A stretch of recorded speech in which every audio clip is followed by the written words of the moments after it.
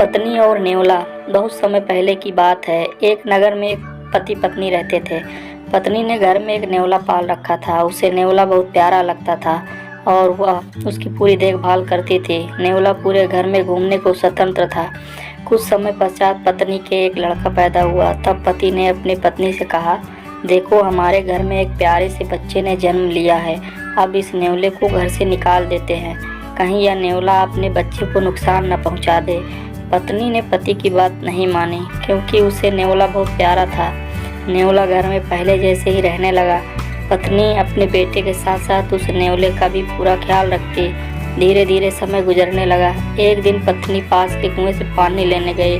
बच्चा घर पर पालने में सो रहा था और नेवला पास में ही आराम कर रहा था। इतने में कहीं से सांप आया और बच्चे के पालने की तरफ बढ़ने लगा। नेवले ने सांप को बच्चे की तरह आते देखकर वह सतर्क हो गया। नेवला तो वैसे भी सांप का दुश्मन होता है। नेवला सांप के ऊपर टूट पड़ा। बहुत देर सांप से लड़ाई करने के बाद नेवले ने सांप के टुकड़े टुकड़े कर दिए। इस कारण घर में सब तरफ खून के छींटे बिखर गए। नेवले का मुंह भी खून से भर गया। नेवला बहुत ही खुश हुआ कि उसने अपने मालिक के बेटे की जान बचा ली। वह अपनी बहादुरी दिखाने के लिए घर के दरवाजे पर बैठ गया, ताकि पत्नी जब आएगी तो उसे इस काम के लिए शाबाशी देगी।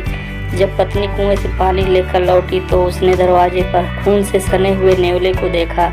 यह देखकर वह बहुत ही घबरा गई। उसे विचार आया कि इस दुष्ट नेवले ने मेरे बेटे को मार दिया है, इसलिए वह गुस्से से आग बबूला हो गई।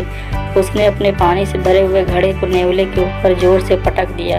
नेवला तुरंत ही मर गया। पत्नी रोती हुई घर के अंदर भागी। अंदर उसने देखा बच्चा तो आराम से पालने में सो रहा था और पास में ही मरे हुए सांप के टुकड़े पड़े हुए थे। यह देखते ही उसने अपनी भूल मालूम हुई।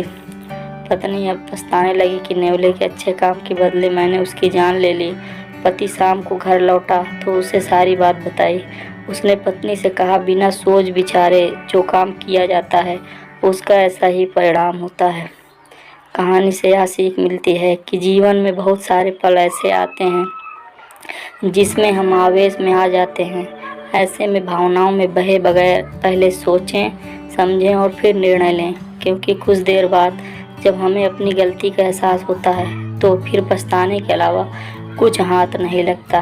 दोस्तों, आशा करता हूँ कहानी पसंद आई होगी। कहानी पसंद आई हो तो लाइक, सब्सक्राइब और शेयर करें। कहानी से आपकी क्या राय है कमेंट के माध्यम से ज़रूर बताएं।